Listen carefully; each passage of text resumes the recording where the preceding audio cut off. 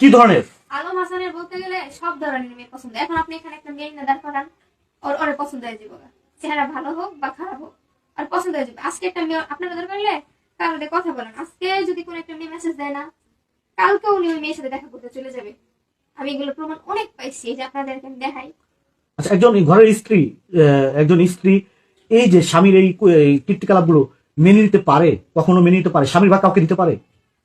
আমি আমার স্বামীর ভাগ দিব না বলেই তো আমাদের সংসারে আজকে অশান্তি। এখন আমি আবারও বলতেছি, উনি যদি ডিভোর্স দিয়ে না থাকে তাহলে আমি ওনার সংসার করবো, আর উনি যদি ডিভোর্স দিয়ে দেয় তাহলে উনি আমার কিছু বলার নাই। আচ্ছা, আপনি কি আলম হাসানের সাথে কন্ট্যাক্ট করার চেষ্টা করেছিলেন? হ্যাঁ, কন্ট্যাক্ট করার চেষ্টা করছি, যে আমার ফোনে আছে। সে আমার সব জায়গায় ব্লক মেরে দিছে, সে সব জায়গায়। আপনি নাকি তাকে ব্লক মেরেছেন? এই যে এটা মিথ্যা কথা, আমি তার কোনো ব্লক মারিনি, সে প্রমাণ দেখাক। এই যে দেখেন, আপনি কি এখন একটা ফোন দিয়ে দেখবেন তাকে? এই যে দেখেন, এই যে এটা হচ্ছে আলম হাসান।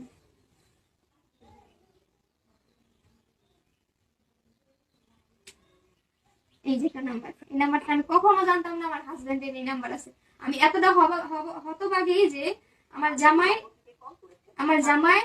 4টা সিম, এই 4টা সিম দিয়ে উনি মেয়েদের সাথে কথা বলতেন, তাহলে আমি কিভাবে এখানে থাকি? আচ্ছা, আপনি বলতেছেন আলম হাসানের 4টা সিম দিয়ে মেয়েদের সাথে কথা বলে, আর আলম হাসান ওদিকে যুক্তি তুলে ধরেছে আপনি আপনার নামে 4টা ফেসবুক আইডি রয়েছে, 4টা ফেসবুক আইডি থেকে আপনি বিভিন্ন জনের সাথে চ্যাট করছেন এবং সোশ্যাল মিডিয়ায় একজন কন্টেন্ট ক্রিয়েটারের সাথে আপনার গোপন সম্পর্ক রয়েছে, সেটাও আলম হাসান যোগ করেছে। আচ্ছা, ইমরান ভাইয়ের কথাটা আসি, আপনারা রেকর্ড করেন, এই বিষয়টা আসি।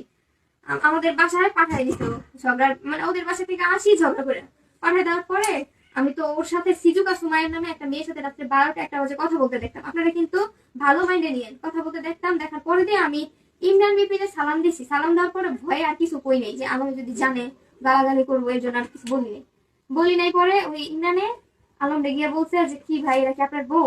তখন আলমের ভিতরে সন্দেহ ঢুকছে, কারণ আলম কোন একটা শপিং মলে একটা মেয়ে নিয়ে গেছে, সেটা ইমরান বিপি আর সুমাইয়া দেখছে, সুরিয়া দেখছে। দেখার পরে বলতেছে কি যে এটা বউ নাকি, তাই না আমার ছোট বোন, ধরেন কথাটা। তো সেই দিনই একটা মেয়ে নাম আয়সা নামে একটা মেয়ে আছে, ওই মেয়ের সাথে আলম হাসানের কয়েকদিনের সম্পর্ক ছিল কয়েকদিনের। তারপরে হইতাছে কি ওই মেয়ের বিষয়টা হঠাৎ করে দেখলাম আলম হাসান একটা স্ট্যাটাস দিচ্ছে, ওই মেয়েটা একটা স্ট্যাটাস দিচ্ছে, তারপর দুজনের স্ট্যাটাস এক হয়ে গেছে। তখন সাথে সাথে আমি ওই মেয়ের মেসেজ দিকে, তো আমার জামাইয়ের সাথে কি তোর কথা হয়? তখন কইতাছে কি যে তোর জামাইয়ের সাথে আমি কি কথা কম, তোর জামাই আমার লগে কথা বললে পাগল হয়ে জায়গা।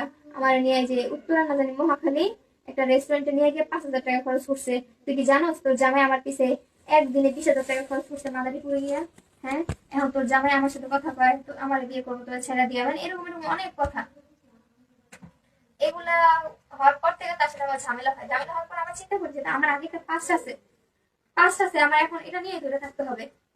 আচ্ছা, পাঁচ নিয়ে আমি যদি একটু আপনাকে কোশ্চেন করি, হ্যাঁ, পাঁচ নিয়ে যদি কোশ্চেন করি, আলম হাসান বলেছে যে আপনার যে আগে বিয়ে হয়েছে সেটা সে জানতো, জেনেও কুমারী উল্লেখ করে আপনাকে সে নতুন করে বিয়ে করেছে। কুমারী উল্লেখ কোনো হয়নি, ওদের এলাকার সবাই জানে শর্মিলার আগে একটা বিয়ে হয়েছে, আর উনি কুমারী উল্লেখ করাই হয়নি।